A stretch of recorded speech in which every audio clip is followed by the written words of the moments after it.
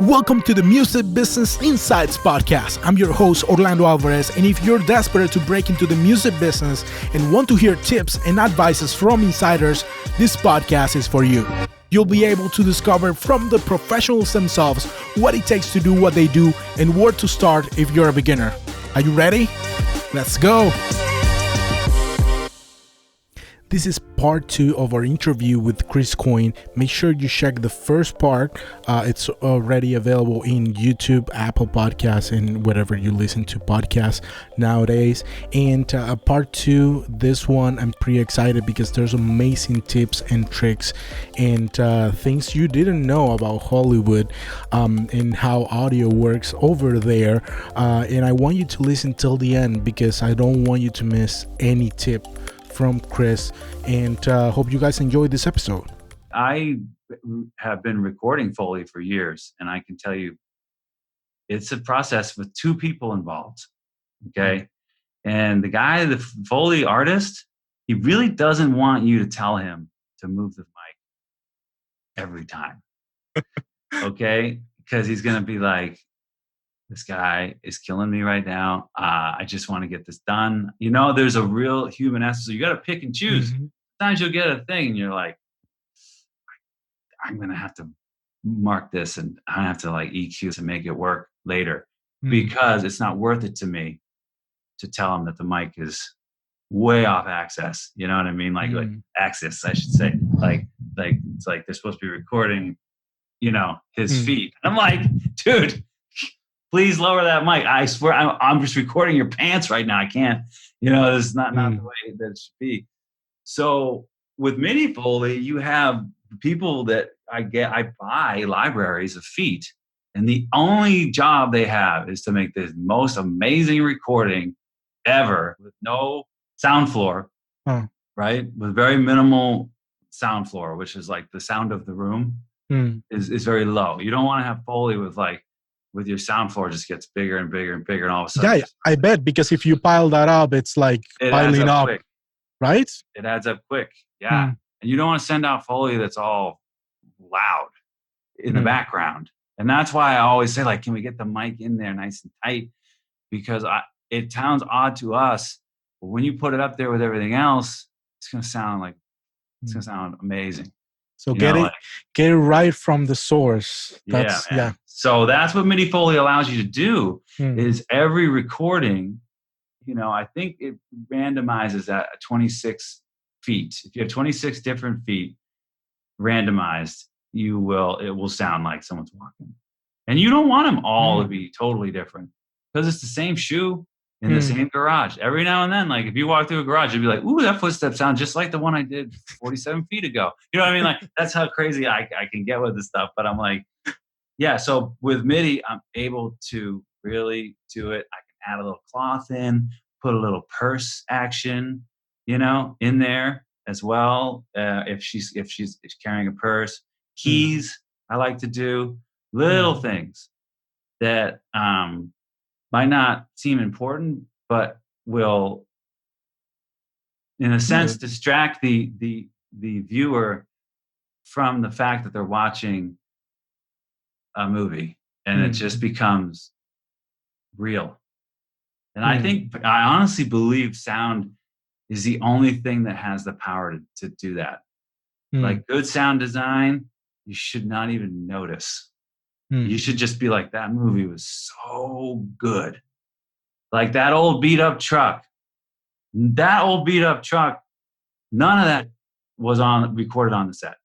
I mean, it must, okay, so. That squeaky door where every time he shuts it, you know, where that gives that guy, that character, so much life of where he's coming from, what his life is like, is that beat up truck, you know? What are you going to do with the muffler? How are you going to make it sound? Is it squeak? Do the brakes squeak? You are in charge of all that. And you can really bring a lot of life to it, you know? So it must be really, really, really painful for you to watch a movie then, right?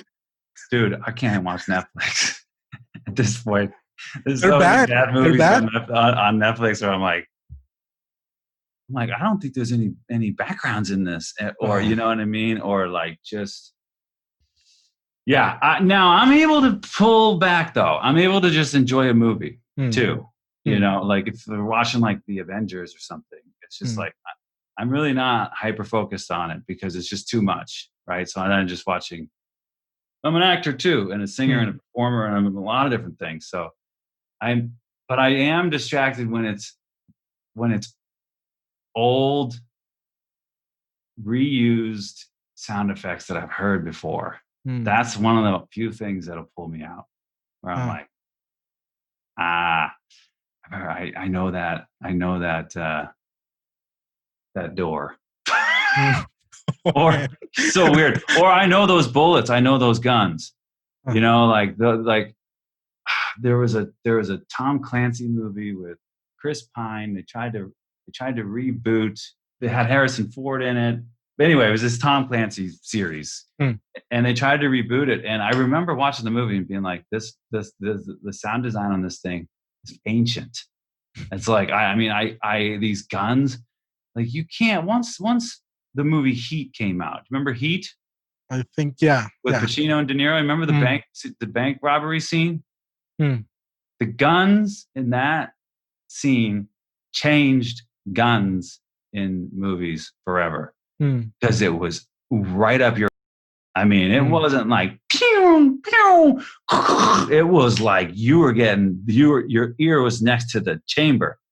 And then Saving Private Ryan was the next movie that changed guns forever in films. Like you'll once that movie came out, it was so freaking real that you couldn't even believe it, right? And that's all put in by somebody. So when I saw this other movie, and I was like, what is happening right now? This is like from the 90s, dude. I feel like I'm watching Beverly Hills Cop right now. This movie's gonna flop, and it did. So like it can really be that powerful, and the audience doesn't always know why. They can make it or break it. Yeah, they'll forgive you for a dark. Just watch the end of Game of Thrones, dude. I couldn't see a goddamn thing in that final episode, in that fight scene. Listen, I don't want to call anyone out, but I have a friend who works at HBO. It was very well known. This is too dark, but they could not fix it. But you'll forgive if the sound is good. You'll forgive shit picture. But if you got great picture and shit sound, people walk out and go, that movie was cheap. They just think it's cheap. Like if you don't have real Foley and real sound and a good mix, it looks cheap. Man, that's epic. All that movie, movie world. It's not many people know what goes behind all that. Directors don't know. I have directors come in that have shot movies and don't even know they have to do sound. Oh man! I had a guy say to me once, he's like, "Well, Matt is the only reason I'm here. I mean, I didn't think we needed to do anything, but he said we had to do sound, so pitch me on it." And I was like, "Okay." I'll try. Yeah, I bet you have before and after examples to show. I do have before and after examples, dude. And I mean, just things like, I think if everyone knew what sound was all about, they would make better movies too, because I wouldn't have to spend so much time. I just did a little short film as a favor, and the dude left the keys in the car, and it was dinging. Oof. But he only left the keys in the car on certain takes. So now you got her POV, right? We're on her, there's no dinging. Now we're on him, there's dinging. Now we're on her, there is dinging. Now we're back on him, there's no dinging. Oh. So I'm like, I gotta take out literally with RX. Have you heard of RX? So I have to RX this frequency of the dinging and take them all out, which honestly is not that hard anymore. But it's like, guys, just take the goddamn keys out of the car. Don't, you gotta like remember stuff like that, because I spent a lot of time on that I didn't need to spend. Right? Or like, make sure make sure you have a mic on the person. Like sometimes I'll be like looking at a scene, I'm like, there's only one mic in this scene. So the guy in the girl's mic, she's talking into his lav. And I barely have anything on her. You know what I mean? I'm like, just, really get that dialogue. Turn the car off. I'll do that. You know what I mean? Because now I got the car, right? And I got from the different angles, right? Because his angle, he's closer to this part of the engine. Over here, you know what I mean? She got the AC on or something. Yeah. Blowing on her or whatever. It's like, so I think if filmmakers, like Robert Rodriguez is a good example of someone that knows about sound. Quentin Tarantino, if you watch Quentin Tarantino's latest movie, the Hollywood one, what's it called? Please watch this movie with Leonardo DiCaprio, Brad Pitt. Django? No, Once Upon a Time in Hollywood. Django too. The one I watched recently was Django, and I loved it. Okay. Yeah. Well, the Foley in Django, if you can think back, is phenomenal. Man, it's phenomenal. Now that I think about it. Now that you think about it, like the chains, the feet, the whipping, when he's like hitting the table, and some of that's production, some of that isn't. When he's like, when he cuts his hand on the table, and the feet and the creaking of the floors, dude. But Once Upon a Time in Hollywood, man, is almost like an ode to Foley, because Foley used to be really loud in the mix. In a Western, you could hear the ching of the boots and the gun on his hip and the whole nine. And now it's become a thing where you don't hear Foley very much anymore. It's a lot of music and dialogue. It's really what you're hearing, because Foley's not good enough anymore to make it up into the mix. And they have to fill it up. In Hollywood, you should watch that shit, because it is a nod to how films are supposed to be made. Like Leonardo DiCaprio is on set of a Western, and Westerns are notoriously have loud Foley. And the Foley is so loud in that scene, and he's got a flask that he's flipping open, and hear the liquid inside, closes it, and you can hear him tighten it up, and you hear him put it in his pocket, and he's going like that. You hear all the cloth, and that's a time when, as an artist, I'm like, this is good. Amazing. Yeah. and here's a filmmaker gonna go down in history as one of the best. Whatever you might think of him, I think he will go down as one of the best filmmakers. But he knew how important that was for us.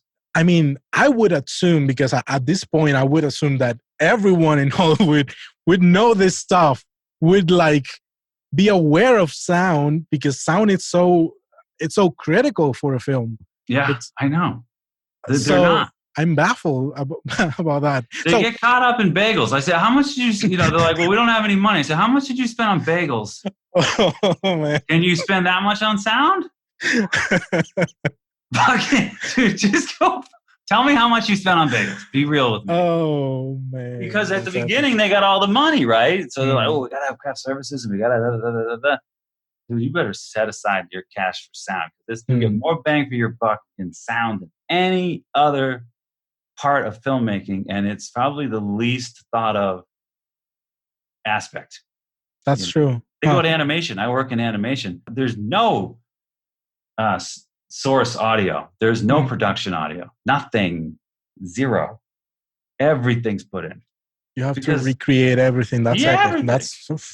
So that shit is legit. So how long? I mean, I know it depends. Oh yeah, it depends, dude.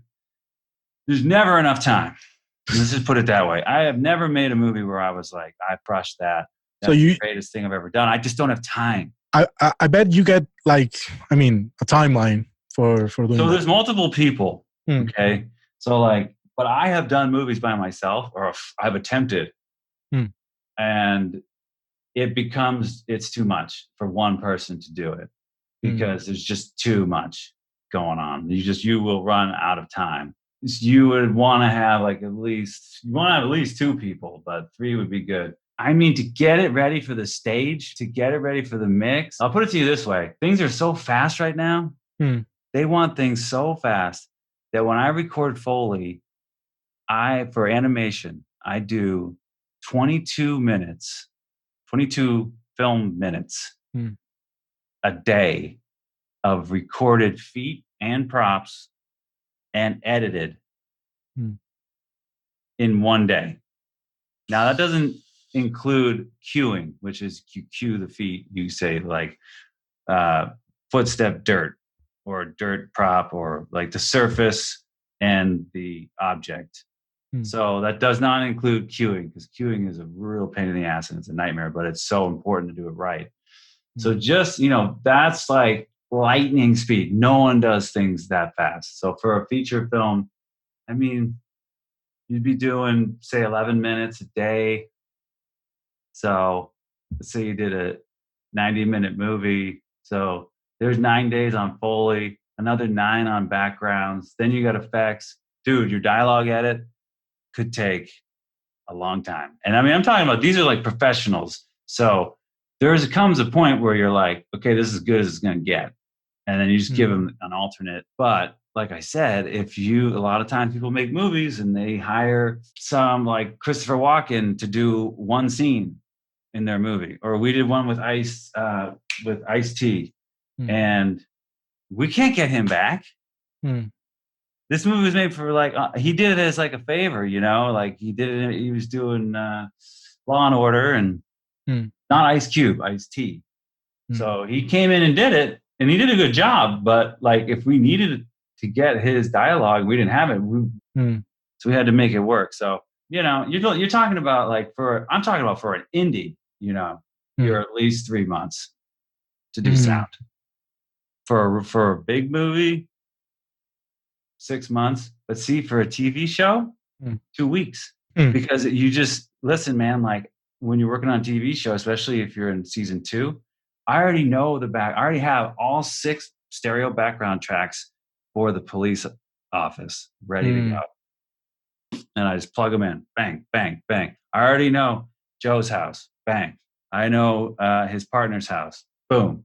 So I can like throw backgrounds in, which are really important very quickly once I get it going. But it's all about workflow and like, what do you have? Like, and how original can you be? How much money, like time is money, and money, it's like a lot of times, like I'll just have to, like, I'm big on backgrounds. I think they're insanely important, but sometimes I just don't have the budget to sit there and just do it. So I will just throw in like, this is just a generic, in the woods, birds.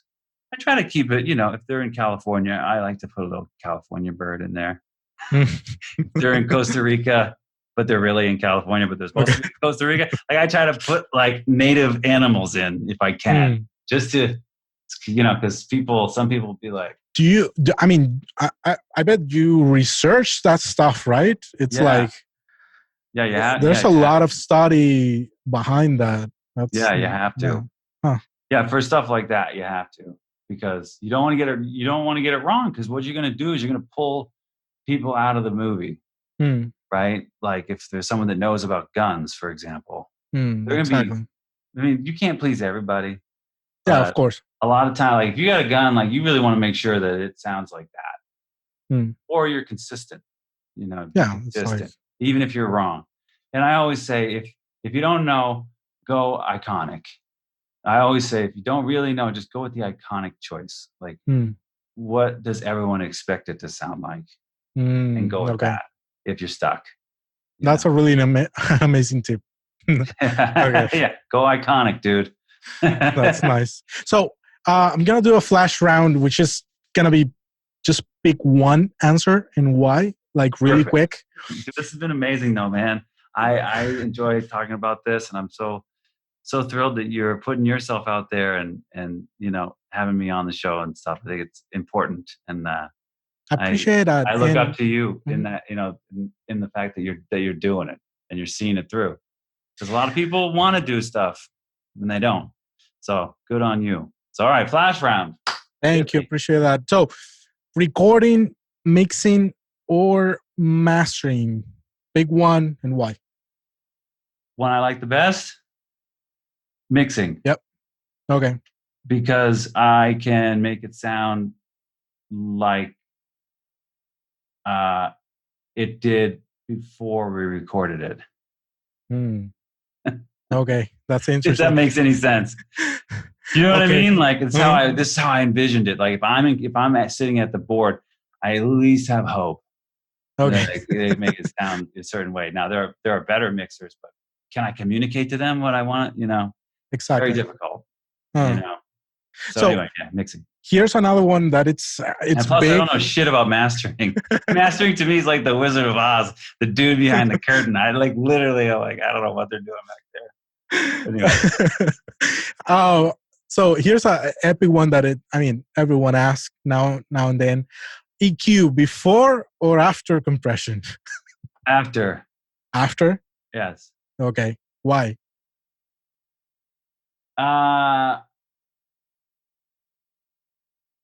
Wait, EQ before or after compression? I kind of answered that before I heard the word compression. I'm gonna change my answer because I was gonna say EQ because a lot of people record with EQ, and that makes me go crazy. Yeah, because I'm like, you should just record the source. I would go EQ, then compression. Okay. That is my official answer, sir. Okay. And the reason is because compression, right? Just the act of it is you are bringing everything from the bottom and the top together, closer to each other, right? Whereas EQ, you are controlling frequencies in a sort of. You look at the EQ, it kind of can be linear. You're like, okay, I think this is here. I'm going to boost this. I'm going to roll that off, and it's a more organic way to manipulate sound. But once you start compressing, you're playing a dangerous game because now you're compressing what you EQ'd. Now, if you were to compress it and then try to EQ the compression, it's a nightmare.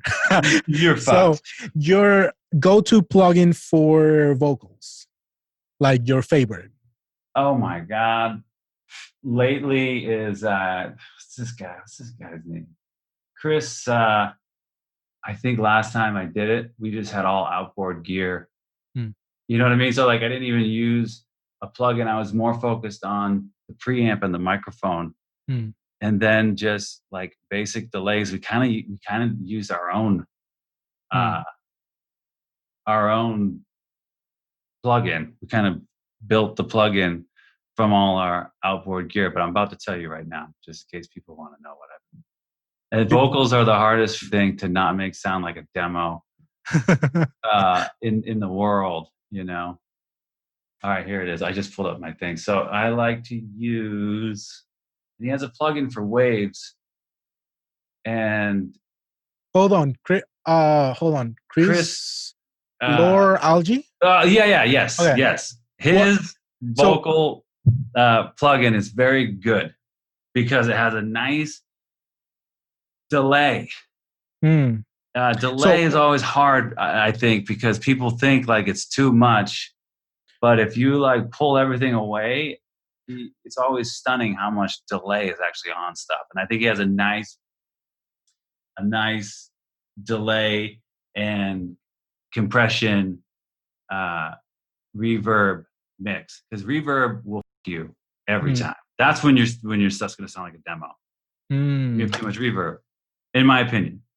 I think people over reverb all the time, and it's just like pop music nowadays is it's way dry. You shouldn't even hear it. Very, very upfront and like over here. Yeah, so I just kind of like I bought his plugin and I was like, I like this because all the vocal is very upfront and the effects and the delays and all the things that you would put on are nicely sitting in the back. So, but the vocal is still king. You know what I mean? And I think it's important that the vocal be strong. I'm really into like pop vocal mixes where it's like the vocal to me it's not everything, but like you get good, strong vocal and a great snare.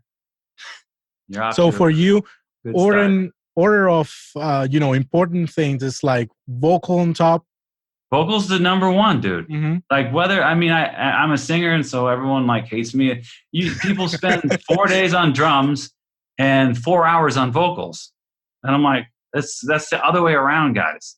It's the other way around. Okay, and because you can't fix the fact that your singer has blown out his voice and he's nervous and he's exhausted and what do you have? Mm. But you could have a snare that literally is broken, and we could trigger in a MIDI snare and fix it. Mm. But you can never fix a lack of emotion or just a bad vocal. Yeah, you can auto tune it with it all you want, but I think if you get a real special vocal, like I always say, Kurt Cobain's vocal on "Smells Like Teenage Spirit." That's what you call a very special vocal. Probably was not auto-tuned. I believe it was an analog running through a Neve down in the valley. That's special. So yeah. So compared to working in the box, like you don't use that many plugins though, right?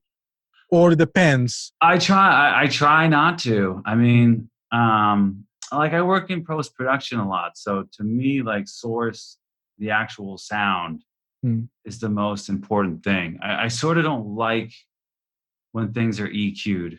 So produce like too much, like putting too many things on top of it. Well, no, I don't mind. I like stacking stuff. I think stacking's great because you got to remember, like music, if you're dealing with frequencies, right? When you're dealing in post-production. So, if you're breaking a guy's fingers, right? It's probably going to be a big music hit. And the bone crunch and violins are in the same frequency, pretty much. You're going to lose 45% of your bone crunch as soon as that music comes in. So you really want to like cover your bases and like make it as disgusting and horrifying as possible and stack it up with low crunch, high crunch, all that different stuff. And I like to stack it because if when it goes to the stage or if I'm mixing it, I so easily just mute one of them. Say that's just too much. Or I'd rather do that than be like, they don't have enough. And then I could like fire up my 4 terabyte ancient ass G drive and start trying to find and I don't want to do that while I'm mixing. No one does. So, yeah. So man, for me, this is really, really awesome because I've learned probably more in this hour and a half that I've been sitting with you here that anywhere in my life about film, about sound for film. And that's why I wrote so fast to you and say, hey, can you jump in? Because there's so many things that people don't know, and I cannot thank you enough for taking the time, man. Pleasure, man. I could talk about this stuff forever. And you know what? There's still so much I don't know. And there's still so much that I try to learn every day. No, it's a learning process for everyone. And you have to always remember that you can always learn something. Always, and so I try to be humble in that way. Like I don't know everything. And you're talking to someone that's good at what they're doing when they're really share with you, because it's the guy that like wants to keep everything close to the vest and not tell you his secrets and what he he probably doesn't. You probably don't even want to know. It's the guys that are good that they'll tell you because it's our obligation to pass this stuff along if we can. So one last thing before I go, a little trick. Yeah. If you're ever working on a movie, put your own music in as temp. Publish your music with ASCAP. I would say ASCAP instead of BMI because BMI is kind of a nightmare. But put your music in as temp in the bar. Put your song on in the background. Okay? In the car, put your song in. Just plug your music in anywhere you can where there's gaps. Don't be obnoxious where there's gaps. And then the producers will sometimes get a little like demo love, you know, and they're just used to that song being there. And the next thing you know, you have 4 songs in the movie you're working on. And it's kind of it's not a sneaky trick, but it's just a thing that I do. Because if I could put someone else's song in, but why not just put mine in? You know?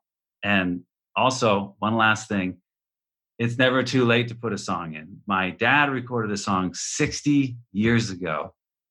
And I was able to get it placed in Jumanji, The Next Level, in the diner scene with Danny DeVito and the woman who plays his girlfriend, Bebe Neuwirth. 38 seconds, barely hear it, but it's a song called "Angel from Heaven" by Ricky Coyne and his Guitar Rockers that he recorded when he was 14 years old, 60 years ago. And it's in the movie. Wow. So, and I told my dad, I'm like, Dad, I mean, that movie made $1 billion, dude. So, like, have you gotten a check yet? He goes, yeah, I got a check for 10 cents from BMI. They're 3/4 behind, I guess. So, like, I'm like, he's not going to see any money for like a year. But always try to put your own stuff, or for me, in that case, I just wanted to do something for my dad, such a long shot, and it worked out. And so that's like one of my favorite things recently is like, oh my God, like I got my dad's song that was just, we had to bake the tape, dude. We had to bake the tape. That's truly epic. To this guy at Bergere Records, and guy Jeff Freundlich, he's a great guy. And it's an authentic piece. And that's what everyone wants, is authenticity. And when you tell them this is a 60-year-old recording, for real, you can't recreate this. Here you go. They're like, thank you. I'll put it in. Right? So it goes back to that authenticity, man. That's what it's all about. That's awesome, man. Yeah. I think you're great. And I truly appreciate that. Yeah, no, for sure. Okay, so here's the thing. I know for sure that there's a lot more we can talk about. Oh, absolutely. And I will definitely talk about feet for 7 hours if you want. Oh man, yeah, but I bet people are gonna start questioning about your library for feet sound and all that. That will be epic. And I will definitely. I mean, it's open. Anytime that you want to come in, and I for sure I'm gonna have you back. Send me a message. Say, hey, I got a lot of comments on clarification on this or that. I'm happy to do it. And if I know the answer, I'll be the first one to say, I don't know, like mastering. I don't know anything about it. You don't mess with mastering, huh? No, they literally go behind a curtain and do it sometimes. There's a place in Hollywood, the guy has a curtain. No kidding. No, really? No, I shit you not. Yeah. It's a famous mastering place on Hollywood and Vine. I forget who the guy is now, but he literally has a big red curtain and all his upward gear and all his shit is there. He's like mastered everything. Okay. Oh, man. Just look up like who's mastered every album ever, and it's this guy. I forget his name. Thanks again a lot. Appreciate that. And again, any questions that you have for me, don't hesitate in asking and shooting. Yeah, I need to ask you a couple things because I have these guys, man. They're making a movie, and honestly, this is a situation where they don't know how to make a movie. And I'm the only person they know. And they're like, can you find us basically like an entire movie crew? Oof. And I'm like, yeah, if you make me a producer on the thing, I can. Like, that's what producers do. But yeah, but like they won't have score. They won't have source. That's always the thing that's missing. I know you're a musician, so like you send me your stuff. If it fits in the scene, I love to put my friends' music in as temp, and that always stays. As long as you get your music licensed and registered. I know I have BMI, but after what you told me, I probably. Well, they're just late on paying. They're fine, but they're just late, and they're like an ancient machine. They're just old. It's okay. BMI's fine. So, I like ASCAP because they split the royalties, the songwriting and publishing 50-50, whereas BMI is just like a one-shot deal. and you got to kind of futz around with. I know I have a few things with SunTrust. Put it out there, because then it's like you can say, this is a published work. I can't give it to you for free. Exactly. So you get a little bit of cash up front. So I'll just give it to you for like $100. And then, you're just kind of working your way up to saying, yeah, hey man, I got like 60 songs in 40 different movies. So like I do this. And that we'll talk the art of the pitch later. The art of the pitch of getting someone to use you is to this has to be another episode for sure. I'll just tease it by saying it's your job to make them not be scared, because everyone's so fucking scared, right? So you just say, hey man, that's why I have my Emmy, my nominations and my motion picture sound editor award nomination on the wall, because it makes people less nervous about what I'm saying. It's just human nature. Like, I don't care about those, but I put them there because in case I'm talking to someone, they're like, well, I mean, how bad could he be? You know what I mean? He's got 40 songs in movies. I think he's going to be okay. Good. Check the box. There's so much to do. We're making a movie here. We can't spend 2 weeks trying to find, you know what I mean? He's our guy. Boom. We got the gig. Hey, thanks a lot, dude. I hope this helps anyone who listens, and I hope people have tons of questions for you and for me. And thank you so much. It's been my absolute pleasure. It got me out of my head talking about stuff in this pandemic, and it's been great. So I appreciate the opportunity. I appreciate the opportunity to talking to you.